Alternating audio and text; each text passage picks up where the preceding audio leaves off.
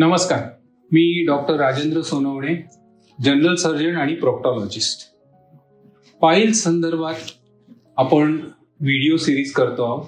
Piles कशामुळे होतात, गुदद्वाराच्या आणि मोठ्या आतड्याच्या शेवटच्या भागाची रचना काय आहे, त्याचं कार्य कसं होतं, पाईल्स का होतात, त्याची कारणं काय आणि पाईल्सच्या ग्रेड्स काय.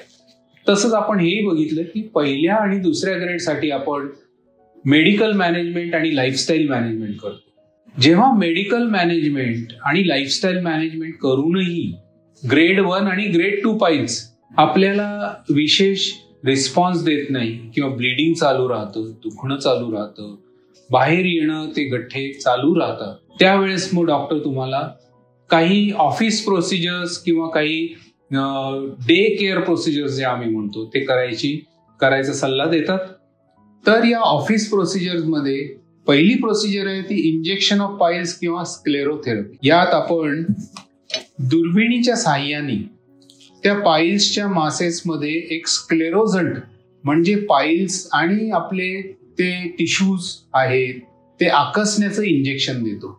याला स्क्लेरोथेरपी म्हणतात आणि वेगवेगळे पदार्थ अवेलेबल आहेत. डॉक्टरांच्या प्रेफरन्स प्रमाणे ते वापरतात. प्रत्येक पाईल मासमध्ये एक साधारणतः 1 ते 2 cc इंजेक्शन त्याच्यात दिलं जातं आणि नंतर कालांतराने ते पाईल मास एकदम आकसून जातात.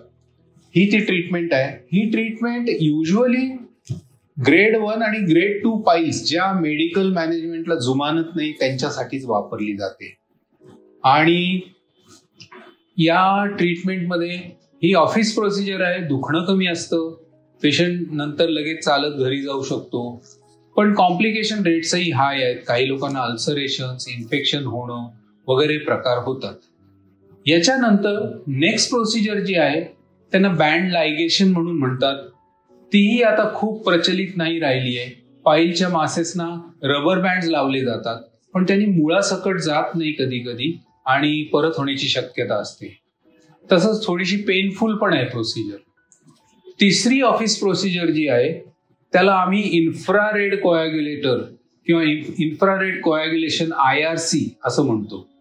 त्याच्यात एक टायटॅनियम टंगस्टनचा एक लॅम्प असतो आणि त्याची किरणं ही एका ठिकाणी एकवटली जातात आणि ती किरणं जेव्हा एकवटली जातात तेव्हा या किरणांचा जो झोत असतो तो पाईल्सच्या मुळांशी लावला जातो आणि त्यामुळे ती मुळं आकसून बंद होतात आणि त्या पाईल्सची मासेस श्रिंक होतात. तर हे असा लाईट चालू झाला तर ही टिपला ही पाईल्सची मासेस लावली जातात. याला इन्फ्रारेड कोॲग्युलेटर म्हणतात. ही एक ऑफिस प्रोसिजर आहे. याला ऍडमिट करायची गरज नसते. आणि या सगळ्या ऑफिस प्रोसिजर्समध्ये एक आहे की हा फक्त ग्रेड 1 आणि जास्तीत जास्त ग्रेड 2 पाईल्ससाठी आपण वापरतो. या प्रोसिजर्सचा फेल्युअर रेटही खूप हाय आहे. जवळजवळ एक 30 ते 40% पेशंट्सना परत पाईल्स होऊ शकतात. पण तरी सुद्धा ऑफिस प्रोसिजर्स आहेत, दुखणं कमी आहे, पेशंट लवकर कामावर जातो म्हणून बरेचसे पेशंट प्रिफर करतात. तर थोडक्यात या ऑफिस प्रोसिजर्स किंवा डे केअर प्रोसिजर ज्यांना आम्ही म्हणतो याचं हे संक्षिप्त प्रेझेंटेशन आहे. आणि या आजही फर्स्ट सेकंड डिग्री पाईल्सना लोक वापरतात आणि त्याचं रिकरन्स रेट म्हणजे परत होण्याचं प्रमाण जास्त. थँक्यू.